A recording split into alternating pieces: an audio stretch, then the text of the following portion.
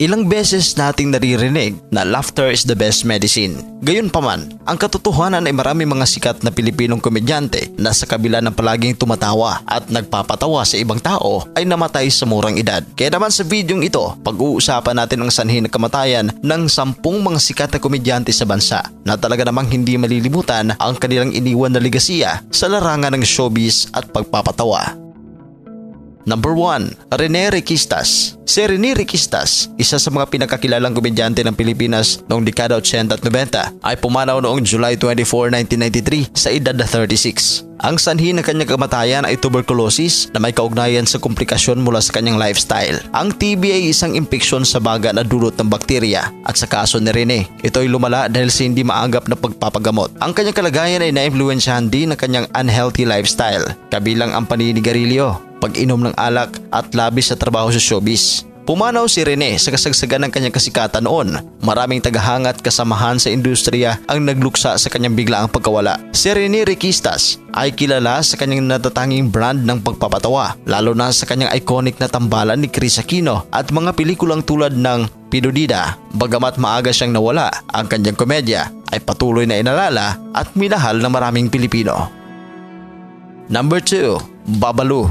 Si Babalu o Pablito Sarmiento sa tunay na buhay, isa sa pinakakilalang komedyante din sa Pilipinas. Siya ay pumanaw noong August 27, 1998 sa edad na 56. Ang sanhi ng kanyang kamatayan ay liver cancer. Na-diagnose si Babalu na may cancer sa atay na nauugnay sa iba't ibang salik tulad ng labis na pag-inom ng alak, hepatitis o iba pang kondisyon na nakakaapekto sa atay. Ang kanyang sakit ay hindi agad natuklasan at noong ito'y nadiskubre, ito'y nasa malubhang stage na. Si Babalu ay namatay sa kanyang tahanan sa Antipolo City sa kabila ng pagsisikap ng kanyang pamilya at mga doktor na isalba ang kanyang buhay. Number 3. Redford White. Si Redford White o Cipriano Cermeño II sa tunay na buhay ay pumanaw noong July 25, 2010 sa edad na 54 years old. Ang sanhi ng kanyang kamatayan ay komplikasyon mula sa brain cancer at lung cancer. Na-diagnose si Redford White na may cancer sa utak at baga noong 2010. Ang kanyang kalagayan ay mabilis na lumala at sa kabila ng pagpapagamot at suporta mula sa kanyang pamilya, hindi na niya nalampasan pa ang sakit. Bago ang kanyang pagpanaw, pinili niyang gawing pribado ang kanyang laban sa sakit at iilan lamang sa mga malalapit sa kanya ang nakakaalam sa tunay niyang kalagayan. Siya ay pumanaw sa kanyang tahanan. Si Redford White ay kilala sa kanyang natatanging estilo ng pagpapatawa at pagiging bahagi ng mga sikat na palabas tulad ng Body and Soul at iba pang pelikulang komedya. Number 4. Bentong. Si Bentong o Domingo Brutamante Jr. sa tunay na buhay ay pumanaw noong February 9, 2019 sa edad na 55 years old. Ang sanhi ng kanyang kamatayan ay cardiac arrest dulot ng komplikasyon mula sa diabetes. Matagal nang naghihipaglaban si Bentong sa diabetes, isang kondisyon na nagdudulot ng mataas na antas ng asukal sa dugo. Ang cardiac arrest ay bigla ang paghinto naman ng puso na naging sanhi ng kanyang pagkamatay. Si Bentong ay sinugod sa Metro North Medical Center sa Caloocan City matapos makaramdam siya ng matinding sintomas, ngunit hindi na ito na-revive. Ang kanyang pagkawala ay nagdulot ng lungkot sa maraming tagahanga at kasamahan sa industriya. Kilala si Bentong sa kanyang natural na pagpapatawa at pagiging mapagkumbaba na nag-iwan ng magandang alaala sa kanyang mga tagasunod. Number 5. Blackjack.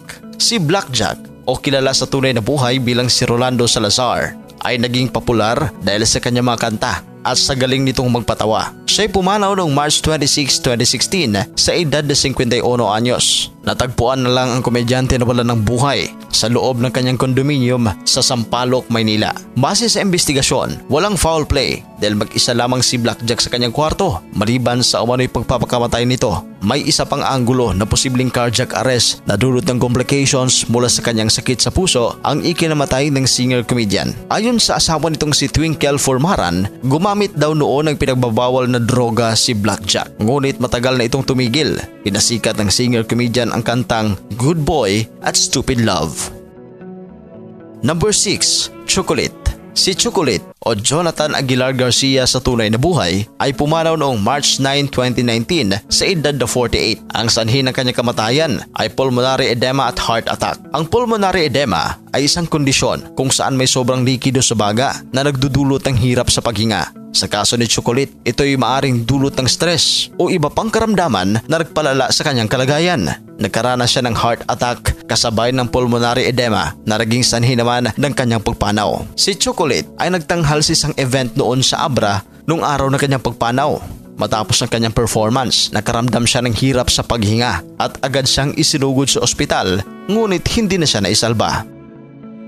Number 7. Joy Viado. Si Joy Viado, isang komedyante at aktres na kilala sa kanyang pagpapatawa sa telebisyon at pelikula. Siya ay pumanaw noong September 10, 2016 sa edad na 57. Ang sanhi ng kanyang pagkamatay ay heart attack na nauugnay sa komplikasyon ng kanyang diabetes. Matagal nang may diabetes si Joy Viado, pero bago siya pumanaw, nagkaranas siya ng matinding hirap sa paghinga, dahilan para siya isugod sa ospital. Sa kabila ng agarang atensyong medikal, hindi na siya naisalba. Bukod sa diabetes, iniulat na nagkaroon din siya ng iba pang karamdaman na maaaring nagpalala sa kanyang kalagayan. Ang kanyang pagpanaw ay nagdulot ng lungkot sa industriya ng showbiz at sa kanyang mga tagahanga. Si Joy Viado ay nananatiling alaala bilang isang masayahin at magaling na komedyante na nagbigay inspirasyon sa maraming tao. Number 8. Tado.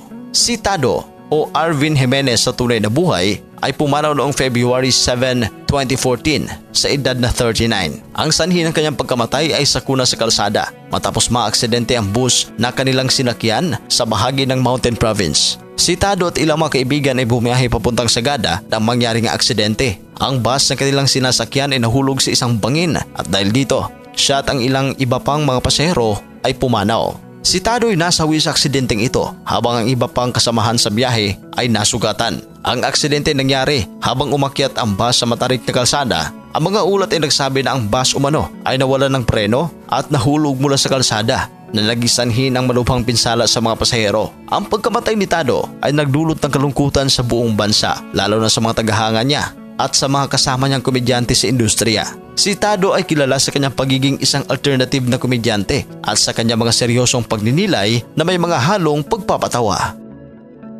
Number 9. Zoraida Sanchez. Si Zoraida Sanchez ay pumanaw noong May 20, 2020 sa edad na 61.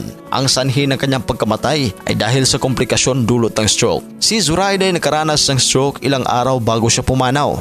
Siya ay isang kilalang mahusay na komedyante na naging bahagi ng mga popular na palabas sa telebisyon at mga pelikula noong dekada 80 at 90. Ang kanyang maagang pagkawala ay nagdulot rin ng kalungkutan sa industriya ng showbiz at sa kanyang mga tagahanga.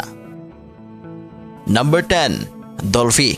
Bagamat hindi maagang pumanaw si Dolphy, ay kasama siya sa ating itatampok dahil siya ang king of comedy dito sa Pilipinas. Pumanaw siya noong July 10, 2012 sa edad na 83 years old. Ang sanhi ng kamatayan niya ay multiple organ failure dulot ng chronic obstructive pulmonary disease o COPD, isang malalang sakit sa baga. Ang COPD ay isang kondisyon na nagdudulot ng hirap sa paghinga dahil sa bara o sira sa mga daluyan ng hangin sa baga. Matagal na siyang nakipaglaban sa sakit na ito at ito ang naging pangunahing dahilan ng kanyang paghina. Nagkaranas si Dolphy ng iba't ibang komplikasyon dulot ng COPD tulad ng pulmonya. Nagkaroon din siya ng hirap sa paghinga na nagdulot ng stress sa kanyang iba pang organs. Siya ay na-ospital ng ilang ulit bago ang kanyang pagpanaw at nagpalipas ng mahabang panahon sa intensive care unit o ICU dahil sa kanyang kondisyon. Ano bang reaksyon ninyo dito sa mga komedyanteng ito na maagang pumanaw? Kung meron pa akong hindi na isali dito, maaari nyo i-comment sa baba at pag-usapan natin yan. Para sa inyong reaksyon, please comment down below. At sa mga hindi pa nakapag-subscribe, mag-subscribe na sa ating channel. Maraming salamat po.